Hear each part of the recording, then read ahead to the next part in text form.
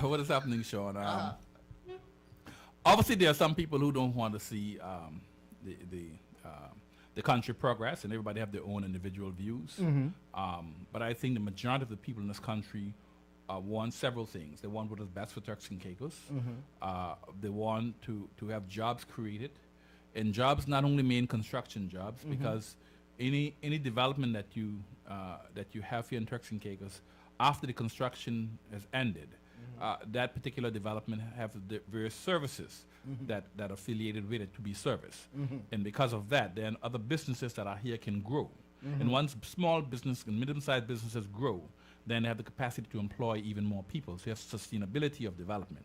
And so for us, our attempt was to really to facilitate more EP-style hotels to allow for the development to increase in height and density of buildings, because we are very limited space on the best beach in the world. Yeah, great and so we had made an amendment, made our regulations in cabinet to increase the height to 12-story and to increase some density. But that was knocked down by the judge, by the Supreme Court, as being ultra-vires to the law as it stands.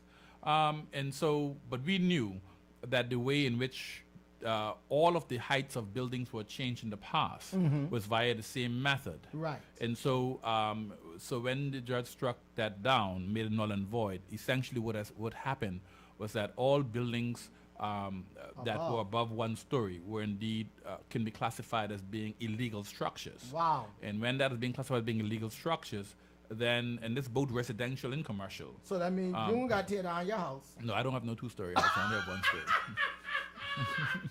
Hey, go ahead. All right. It means that there would have been illegal structures, and hence there are lots of liabilities that come with it. So it is important for us to go back and validate that those buildings were done lawfully, or to make them lawful, and so that they can stand, and that was going backwards. Right. But also we know that the method by which was used, which a judge ruled as being inappropriate or unlawful, was a method we always use, and she was of the view that in order for us to change any height or density of buildings, that we have to that we will have to have a national development plan before we can do so. Now, we don't mind having a development plan. I think development plan is a must and it's necessary. But we haven't had one over the past 25 years. Actually, the one that we had was a draft and was never approved. So we've never had a national development plan.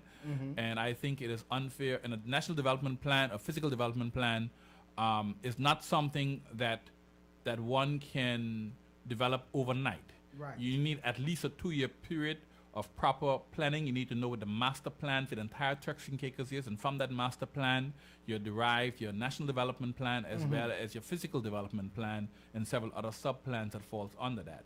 And so I don't think it is right for us to be able to rush and go do a national development plan, physical development plan, in order to change the height of buildings.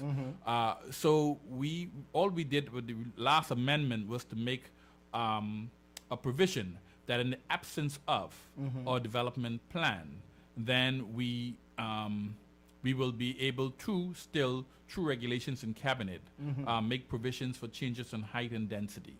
Because if we did not do it that way, then what would have happened? That going forward, even all of those, any building above 1 story would have been made illegal. Right. And so planning would not have been able to accept or deliberate on any application for any building above 1 story. So imagine, until you have a development plan in 2 years' time, you can't build your 2-story house, or you can't build a 2-story building, or even and that would have been disastrous for development in the Turks and Caicos Islands. So it is necessary for us to change that, to make that amendment to the law. And so there lies the 2 amendments: the validation bill and the physical planning amendment bill.